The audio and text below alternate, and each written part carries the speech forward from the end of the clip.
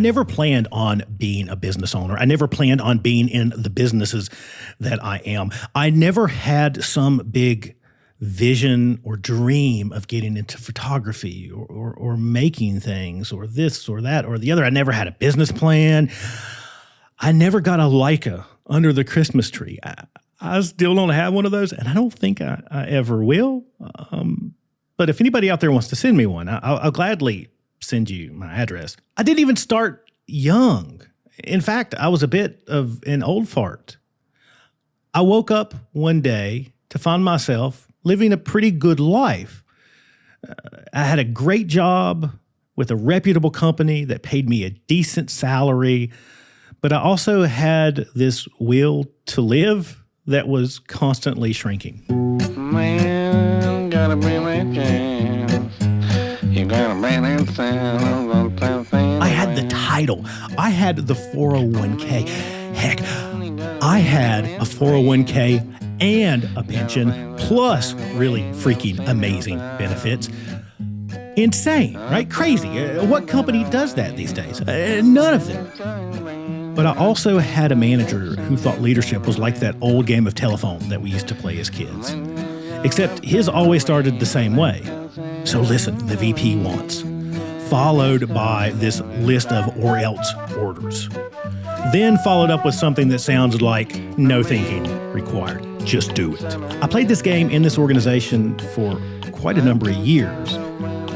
But through equal parts frustration and passion around the job that I was doing, it led me to start a podcast.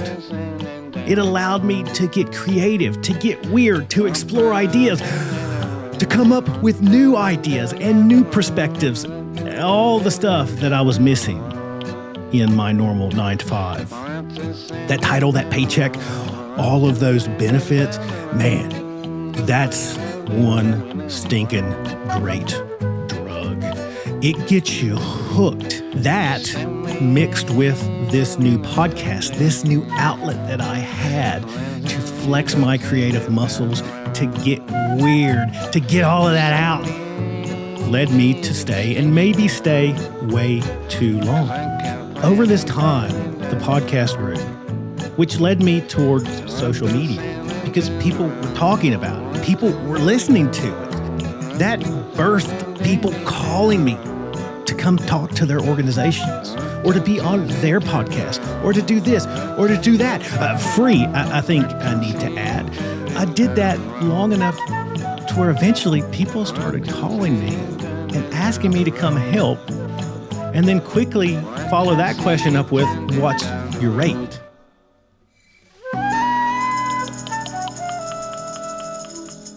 I never thought about business, but this little podcast birthed out of frustration and a genuine passion for what I do and what I was talking about eventually led to just that. But back to Megacorp Inc. I never had any thought about leaving this organization. I wanted to stay. I felt like my work was unfinished, but it all came to a head in one particular meeting. It turned into an extremely professional but very passive-aggressive argument. I quit 3 days later. I didn't plan on it, but I just jumped into this little business of mine head first. And surprisingly, it worked. It was scary, but the business worked. A couple years into this business of mine, I found myself frustrated and angry, which led me to an epiphany. I was managing myself exactly like those shitty leaders at that company. But that changed when Professional Sam died. When I started making things for me rather than for everyone else. And then one day, boom, it hit me. I could make stuff just to make it. I could make cool videos just to make cool videos. I could take cool pictures just to take cool pictures. Aha! Photography is a thing? Started slow. A picture here, a picture there, self-portraits, lots of self-portraits, family pictures, friends, cool places, things that I thought looked interesting, weird, odd, out of place.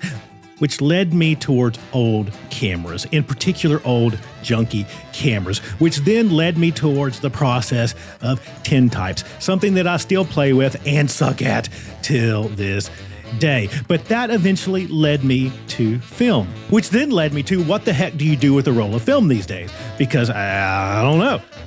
Which then led me to home developing and exploring other formats and processes. It sent me down this rabbit hole.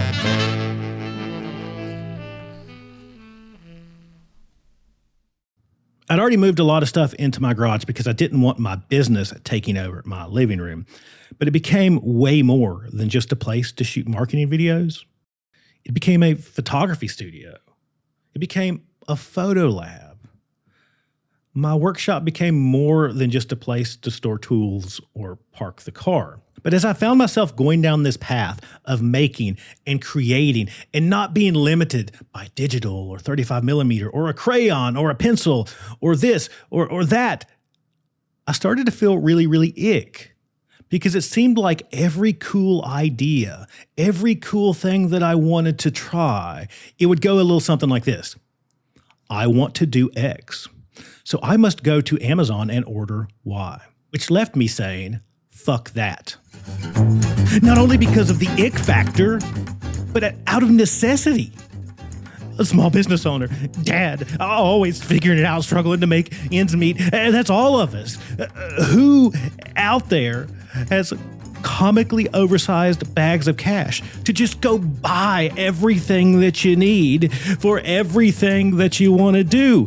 But I did not want that to stop me from going down the path of something that I now was quickly becoming obsessed with. I would find thrift store junk and turn it into props and backgrounds. I would go dumpster diving to find cool things that I needed. If I needed a copy stand, I didn't just go to Amazon and buy a copy stand. I would dig through all the loose parts in my garage and try to build a copy stand. And mostly, I found out that I could be successful with that. But none of this is really about me. It's not really about photography or business or a shitty job that you probably need to quit. It's not even about money or my constant lack thereof. It's about getting over your fear, about letting go of the things that are holding you back. It's about embracing your gifts, your weird.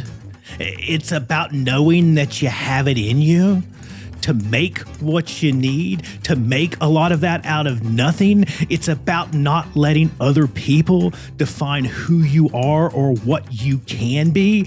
It's about expressing yourself and doing that fully and not letting a shitty job or lack of cash or any of that get in your way. I'm barely surviving most days, in case you missed that part. It's not good or bad, right or wrong. My path is just my path. It just is. But what I can say is that I love it. So this is really about you finding yours and walking it and loving it.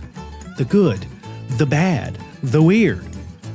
Not letting this or that or really anything stop you. Lack of cash or having to go dumpster diving for camera parts, that stuff might slow you down. And it certainly won't be perfect. And yeah, you might have to build shit in your garage out of junk to make it all work.